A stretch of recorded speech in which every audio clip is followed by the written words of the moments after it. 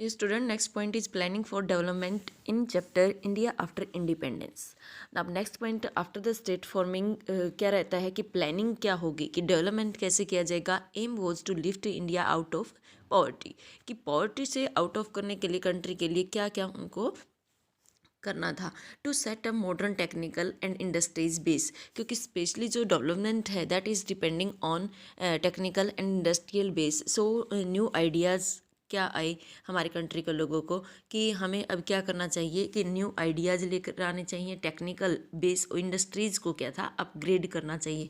Because our first work was agriculture. 80% population on the time of independence was include in agriculture only. So now country's leaders, country government was thinking that ki industries should be increased so that ki technical development can be upgraded.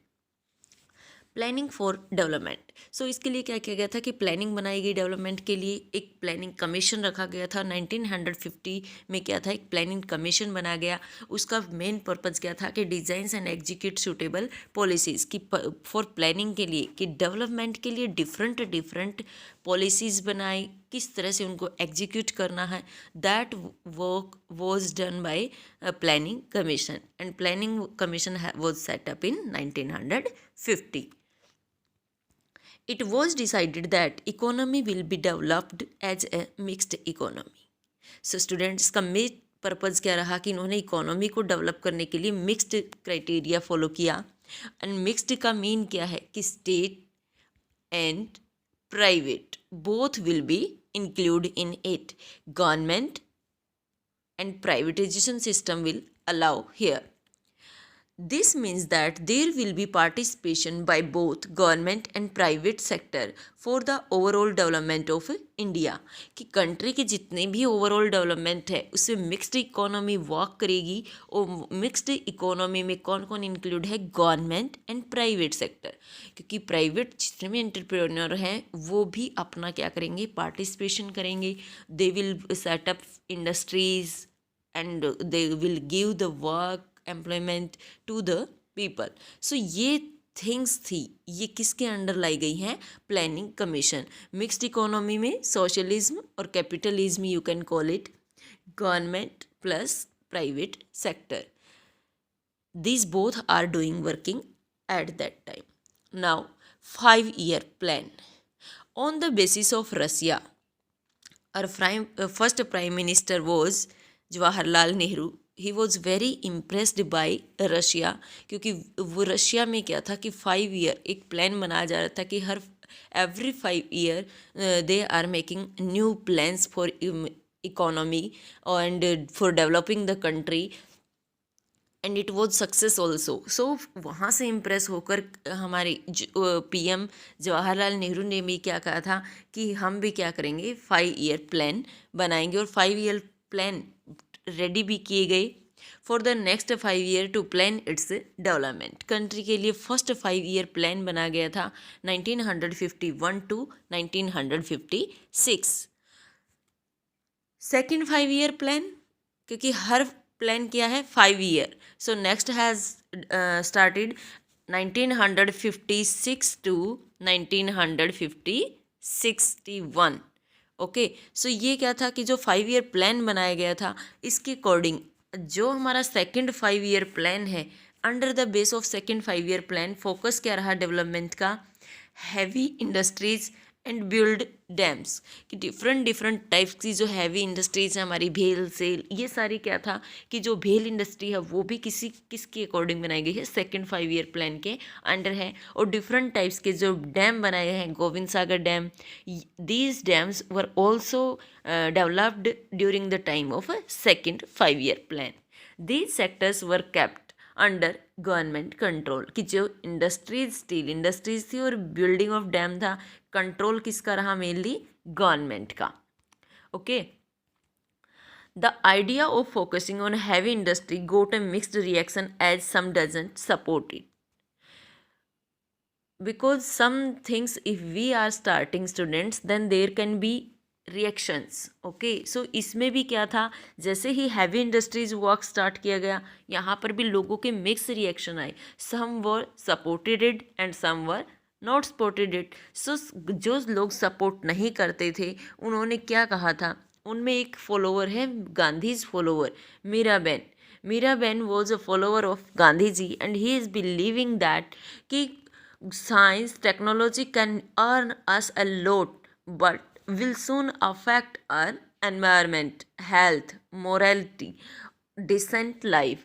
So she was saying that कि आप technology और social science के बीच पर क्या है, science और technology के through क्या है कि एक बार अर्न कर सकते हो, इंडस्ट्रीज ग्रो कर सकते हो, बट आफ्टर सच टाइम ये क्या होगा कि हमारा एनवायरनमेंट है, हमारी हेल्थ है, मोरालिटी है, इन सब को क्या करेंगे, डिस्ट्रॉय करेगा, अफेक्ट करेगा. So she is not following technical things, she is not in favor of industries. She was saying that ki agriculture is base or of our country, so we should follow first of all development of agriculture. Next, foreign policy, because Jawaharlal Nehru was a PM and a foreign minister also at that time. So ये foreign policy भी लेकर आए and foreign policies 1950 to 60s world so a cold war between USA and USSR. So students, what do you mean by cold war? When a country is doing argument against to the policies and against to the system of another country, so they will passing comments to each other. This is called war, not fighting in front each other. Okay, so ये क्या था कि cold war जो चल रहा था 1950 to 60s में. So world में किस किस कंट्री में कोल्ड वॉर था, USA and USSR. Then at that time in our country foreign minister was और हमारे PM भी थे और फॉरेन मिनिस्टर भी थे. कौन थे? Jawaharlal Nehru. Our then foreign minister Nehru followed non-alignment policy. It did not join any group. So जिस कंट्रीज़ के अंदर क्या था कि वॉर चल रहा है, बट हमारे कंट्री के जो लीडर थे उन्होंने क्या कहा कि we will not follow any policy related to the joining any group. तो उन्होंने किसी भी ग्रुप को ज्वाइन नहीं किया और अपनी खुद की इंडिपेंडेंट फॉरेन पॉलिसी क्रिएट की.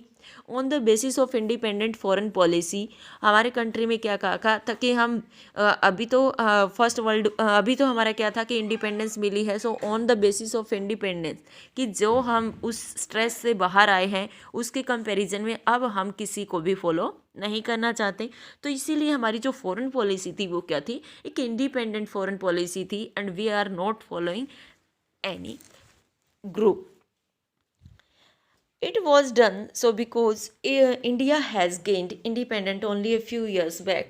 That I have told you that कि इंडिया ने अभी क्या था कि इंडिपेंडेंस ली है और वही चीज़ें हमारे जो PM थे उन्होंने कहा कि हम अभी टोटली किसके ऊपर फोकस करना चाहते हैं, on the development of our country instead of joining any war. So यही बात उन्होंने सबको भी बता दी थी कि हम अभी किसी को भी ज्वाइन नहीं करेंगे, हमें अपनी डेवलपमेंट के ऊपर फोकस करना है. So he has made his foreign policy and developing for industries. Till now, we have understood how our India stepped towards development and what efforts have been taken by our leader to make it a nation. So, how our India is today. So students, we have learned that कि development के लिए क्या क्या steps लिए गए हैं, हमारे leaders ने हमारे नेशन को क्रिएट करने के लिए कितने एफर्ट्स लगाए. सो अभी हम क्या देखेंगे कि अब हमारा इंडिया कैसा है अकॉर्डिंग टू 2007. 15 अगस्त 2007 को हम अपने जो 15 अगस्त को क्या था कि इंडिपेंडेंस डे है. तो this was 60th independence day in our country and the nation 60 years on. और पॉइंट क्या है, द नेशन 60 ईयर्स ऑन कि 2007 में जैसे 60 ईयर्स हो चुके हैं. सो अब हमारे कंट्री की कंडीशन क्या है, सिचुएशन क्या है. It is a democratic country where government is by of and for the people. कि हमारी कंट्री क्या है, डेमोक्रेटिक गवर्नमेंट कंट्री है और इसकी जो गवर्नमेंट है it is for people, of the people and by the people. Totally welfare of the people is main purpose of our country. Doubts about India. जब स्टार्टिंग में India create हुआ था then there was some doubts related to India that कि linguistic basis पर क्या होगा कि division होगा, ये सारे जो पार्ट्स हैं क्या हो जाएंगे, ब्रेक हो जाएंगे on the basis of linguistic, will come under military rule, कि ये दोबारा से मिलिट्री रूल के अंडर चला जाएगा, क्योंकि हमने क्या रीड किया है कि on the basis of language we have made form the different types of states that we have already learn. So इसी बेस पर क्या था कि लोगों को डाउट था कि इंडिया दोबारा से क्या होगा, गुलाम होगा। But this has not happened as India a democratic and united country where people from different faiths and with different language stay together. But ऐसा हुआ नहीं, और जो हमारे कंट्री है डेमोक्रेटिक और यूनाइटेड कंट्री के फेस किया, वो एक कंट्री बना और उसने लोगों को एक डिफरेंट फेथ, डिफरेंट लैंग्वेज को एक साथ करके रखा। We have a free press and हमारे क्या था कि फ्रीडम गिवन की गई इलेक्शंस के लिए, प्रेस को फ्रीडम की गई for speaking, state and central government choose की गई है, इलेक्ट की जाती हैं by the people. So these things are making a country united country. On the other hand, there are some contradictions too. So what are these contradictions, students? Sharp divisions among society, being rich and poor. But अभी भी क्या है कि कुछ divisions हमारे country में है, like rich and poor. Some persons are very rich and some are very poor and they are doing differences with each other. So ये जो problems हैं ये continue हैं अभी भी, but some policies are coming to upgrade the poor people also. Between high and low caste areas they still face discrimination. In rural areas some persons, those who are belonging to low caste, so high caste people are doing discrimination on the basis of their caste. Some live luxurious life and other are below poverty life. कि some persons तो हमारी country में ऐसी हैं कि जो very luxurious life अपनी live कर रहे हैं, और कुछ लोग हैं कि जिन्हें 2 टाइम का फूड भी नहीं अवेलेबल होता।